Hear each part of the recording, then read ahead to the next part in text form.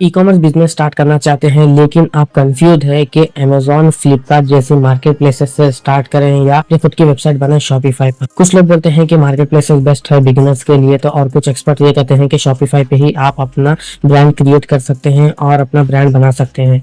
तो आज की इस वीडियो में मैं आपको डिटेल में क्लियर कंपैरिजन देने वाला हूं कि मार्केट प्लेसेस और शॉपिफाई के बारे में, और प्रॉफिट किसमें ज्यादा हो सकता है आपको, और बिगिनर्स के लिए क्या बेस्ट हो सकता है, और 2026 में ई कॉमर्स स्टार्ट करने का स्मार्टेस्ट तरीका क्या हो सकता है। इस वीडियो में मैं आपको डिटेल में एक्सप्लेन करने वाला हूँ। अगर आप seriously e commerce business start करना चाहते हैं तो इस वीडियो के अंत तक जरूर बने रहिए। और अगर आप हमारे चैनल पे पहली बार आए तो हमारे चैनल को जल्दी से जल्दी सब्सक्राइब कर लिए, क्योंकि इस पर्टिकुलरली चैनल पे ई कॉमर्स सेलिंग से रिलेटेड, ऑनलाइन सेलिंग से रिलेटेड इन्फॉर्मेटिव वीडियोस आते रहते हैं। तो अगर आप हमारे चैनल में पहली बार हैं तो जल्दी से जल्दी सब्सक्राइब कर लीजिए और इस वीडियो को अंत तक जरूर देखिए। और अगर आपको वीडियो पसंद है तो ज्यादा से ज्यादा लाइक करिए, कमेंट करिए और शेयर करिए। देखिए, ई कॉमर्स के दो मेन मॉडल होते हैं। तो सबसे पहले समझते हैं कि ई कॉमर्स स्टार्ट करने के दो मेजर तरीके क्या होते हैं, जैसे कि मार्केट प्लेसेस पे सेलिंग और अपनी खुद की वेबसाइट पे सेलिंग। मार्केट प्लेसेस पे सेलिंग जैसे कि अमेजोन हो, फ्लिपकार्ट हो, मीशो, जब आप इन पे सेल करते हैं तो इसे मार्केट प्लेसेस पे सेलिंग कहते हैं। यहाँ पर आप अपने एग्जिस्टिंग प्रोडक्ट को उन मार्केट प्लेसेस पे सेल करते हैं जहाँ पर ऑलरेडी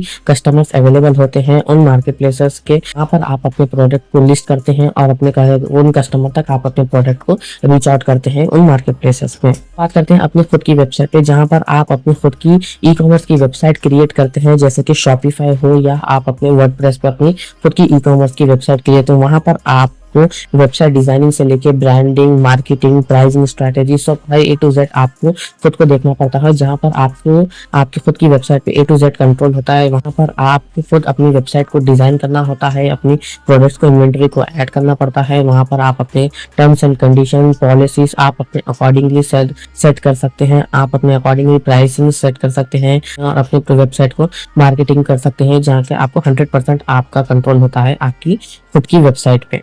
जब अगर आप मार्केट प्लेसेस पे सेल करते हैं तो वहाँ के भी आपको कुछ बेनिफिट्स होते हैं या कुछ एडवांटेजेस भी आपको मार्केट प्लेसेस से मिलते हैं। जैसे कि अगर आप बिगिनर हो तो मार्केट प्लेस आपके लिए बेस्ट है, और वो मार्केट प्लेसेस से कुछ स्ट्रॉन्ग एडवांटेजेस आपको मिल सकते हैं, जैसे कि आपको रेडी कस्टमर मिलते हैं। ठीक है, अगर आप अपने प्रोडक्ट को इन प्लेटफॉर्म्स पे जैसे कि अमेजोन हो, फ्लिपकार्ट हो, यहाँ पर आप अपने प्रोडक्ट को लिस्ट करते हैं तो यहाँ पर already crores of buyers available होते हैं इन मार्केट प्लेसेस पे। तो आपका प्रोडक्ट कम टाइम में ज्यादा कस्टमर तक आपका प्रोडक्ट रीच आउट हो सकता है। तो आपको ट्रैफिक लाने की टेंशन नहीं होती है, जहां पर आपको कुछ मिनिमल चार्जेस आप स्पेंड करके आप पीपीसी कैंपेन या एडवर्टाइजमेंट आप रन करके आप क्रोर्स ऑफ कस्टमर्स को उन प्लेटफॉर्म पे अपने प्रोडक्ट को स्पॉन्सर करके आप अपने प्रोडक्ट की विजिबिलिटी इंक्रीज कर सकते हैं और कस्टमर तक अपने प्रोडक्ट को रीच आउट कर सकते हैं।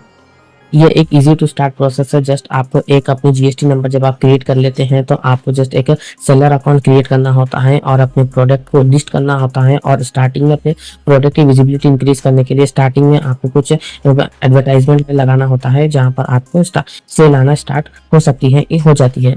ठीक है, और एक ये एडवांटेजेस है, लॉजिस्टिक सपोर्ट आपको मार्केट प्लेसेस की एंड से मिलता है, जैसे कि अमेजॉन FBA जैसा one of the best model होता है सेलर्स के लिए, जहां पर आपके प्रोडक्ट जो जब आप वन टाइम अपने प्रोडक्ट को अमेजॉन के वेयर हाउस पे सेंड कर देते हैं, फॉरवर्ड कर देते हैं, तो वहां पर से आपको स्टोरेज, पैकेज, डिलीवरी सब प्लेटफॉर्म हैंडल करता है। तो वहां पर आपका वर्क लोड भी कम हो जाता है और कस्टमर तक प्रोडक्ट भी पूरा अमेजॉन की रिस्पॉन्सिबिलिटी होती है या फ्लिपकार्ट की रिस्पॉन्सिबिलिटी होती है उनके कस्टमर तक आपके प्रोडक्ट को रीच आउट करने की।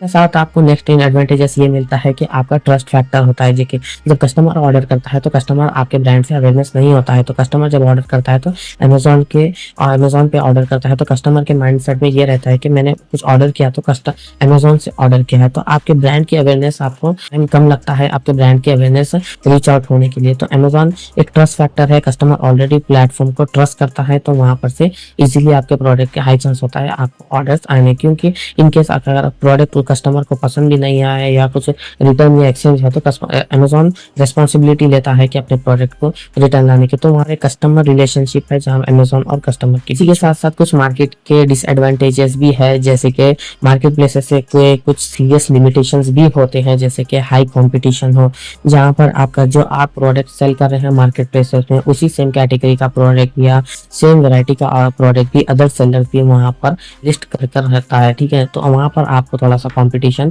फेस करना पड़ता है। सेम प्रोडक्ट 100 ऑफ सेलर्स भी वहां पर सेल कर रहे होते हैं, ठीक है। यहाँ पर आपको कंपटीशन फेस करना पड़ता है। और इसी के साथ ये नेक्स्ट डिसएडवांटेजेस ये है, नेक्स्ट लिमिटेशन, जैसे कि आप उसको डिसएडवांटेजेस कहो या लिमिटेशन कहो, वहां पर आपको प्राइस वॉर भी देखने को मिलता है मार्केट प्लेस पे। जैसे अगर कोई सेलर अगर अपने प्रोडक्ट का प्राइस डाउन कर चुका है तो इस उसके रिफ्लेक्ट में आपको भी अपना प्राइस ड्रॉप करना पड़ता है, क्योंकि अगर कोई आपका कॉम्पिटिटर प्राइस लेस कराए तो बाय बॉक्स बटन उसी के पास होने की वजह से ज्यादा ऑर्डर्स उस सेलर को आते हैं, तो उस केस में आपका प्रोडक्ट पे ऑर्डर आने के चांसेस कम होते हैं। तो वहां पर प्राइस वॉर जैसे इश्यूज भी आपको फेस करने पड़ते हैं।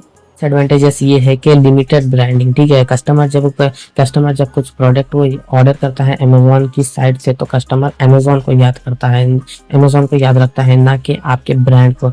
जब एक कस्टमर का एक्सपीरियंस बिल्ड होता है, कब वो रिपीटेड आपको ऑर्डर करता है, तो तब जाके आपका एक ब्रांड क्रिएट होता है कस्टमर के माइंडसेट में। या नहीं तो सिर्फ कस्टमर के माइंडसेट में जस्ट अमेजोन का ऑर्डर ही विजिबल होता है, तो वहां पर अगर आपका एक ब्रांड है अगर तो आपकी विजिबिलिटी इंक्रीज, आपके ब्रांड का अवेयरनेस थोड़ा सा स्लो प्रोसेस रन करता है।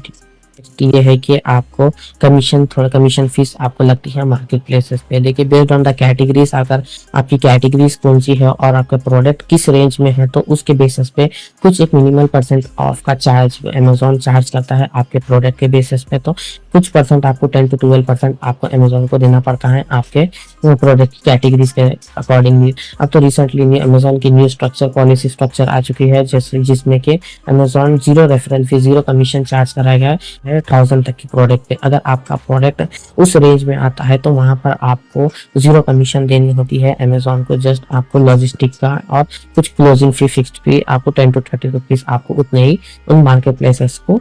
शॉपिफाई के एडवांटेजेस में अगर आप अपनी वेबसाइट क्रिएट करते हैं तो वहां पर आपको क्या एडवांटेजेस मिलते हैं, क्या बेनिफिट मिलते हैं, उसके बारे में हम थोड़ा सा डिस्कस करते हैं।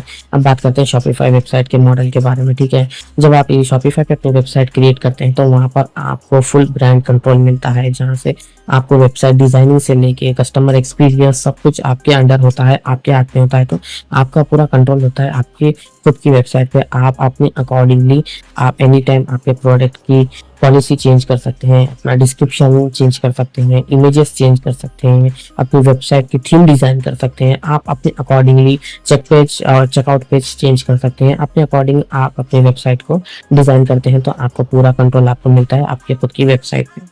हाई प्रॉफिट मार्जिन, जब आप वेबसाइट पे सेल करते हैं तो मार्केट प्लेसेस को आपको कमीशन देना नहीं होता है, जस्ट आपको एक मंथली सब्सक्रिप्शन पे करना होता है शॉपिफाई पे। अगर आप बेसिक प्लान हो या प्रीमियम प्लान हो, एडवांस प्लान हो, अकॉर्डिंग टू आपको आपके प्लान के हिसाब से आपको कुछ एक सब्सक्रिप्शन मंथली पे करना होता है उन प्लेटफॉर्म्स के।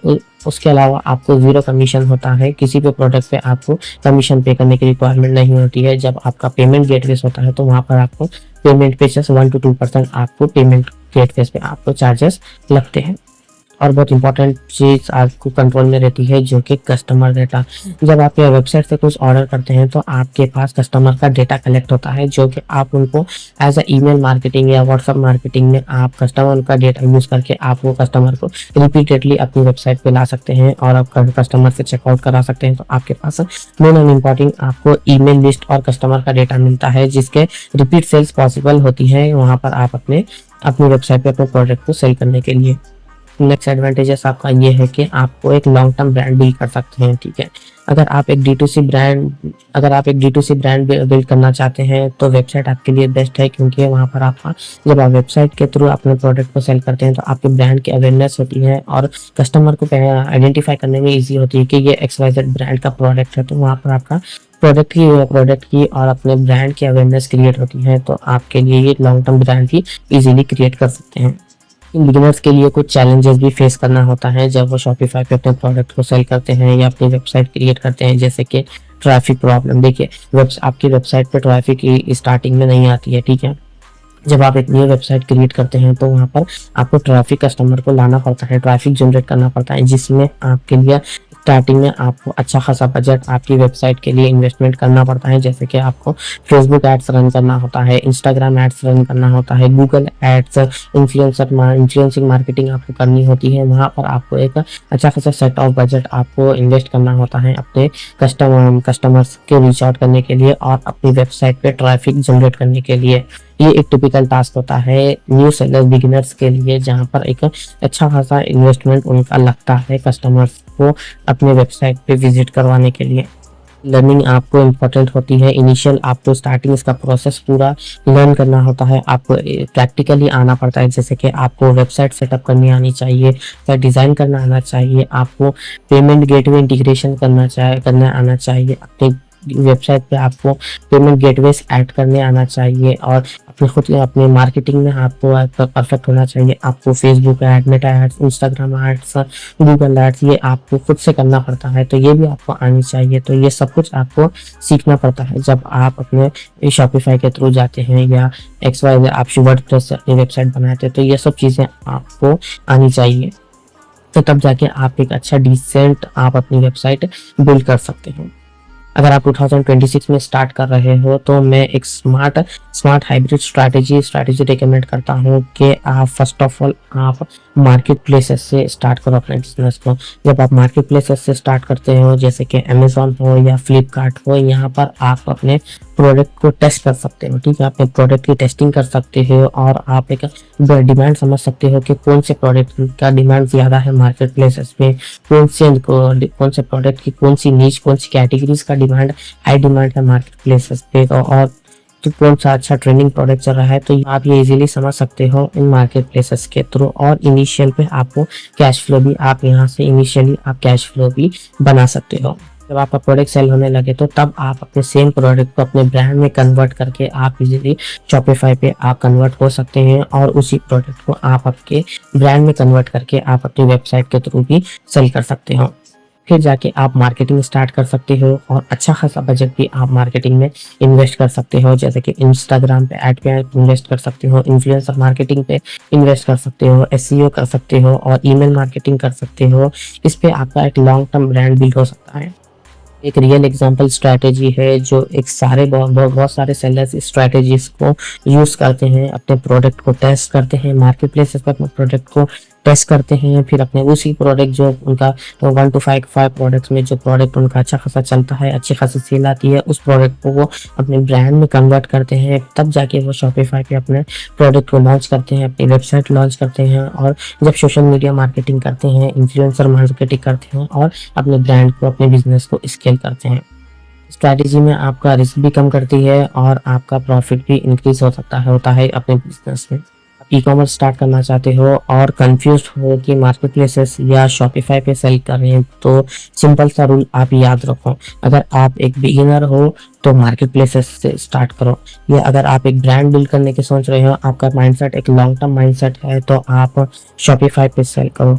या आप एक स्मार्ट सेलर है, आपको मार्केट प्लेसेस का भी आइडिया है, प्रोडक्ट लिस्ट करने का भी आइडिया है, और आपको शॉपिफाई का भी आइडिया है, वेबसाइट डिज़ाइन करने का, मार्केटिंग का, मेटा एड्स का, सबका अगर आपको आइडिया है तो आप इजीली, और इसी के साथ आपके पास अच्छा खासा बजट भी है, तो आप अब दोनों भी आप स्टार्ट कर सकते हो। देखते हो कि मैं एक नेक्स्ट वीडियो बनाऊं जहां पर मैं शॉपिफाई पे step by step detail website कैसे क्रिएट करें, आप step by step detail tutorial बताऊं, तो आप कमेंट में जरूर लिखो कि शॉपिफाई। तो मैं इस पर्टिकुलरली वीडियो पे मैं आपको step by step website create करने से अपने प्रोडक्ट को वे शॉपिफाई पे लिस्ट करने तक और पेमेंट गेटवे ऐड करने तक के स्टेप बाय स्टेप ट्यूटोरियल्स में आपको एक्सप्लेन कर सकूं।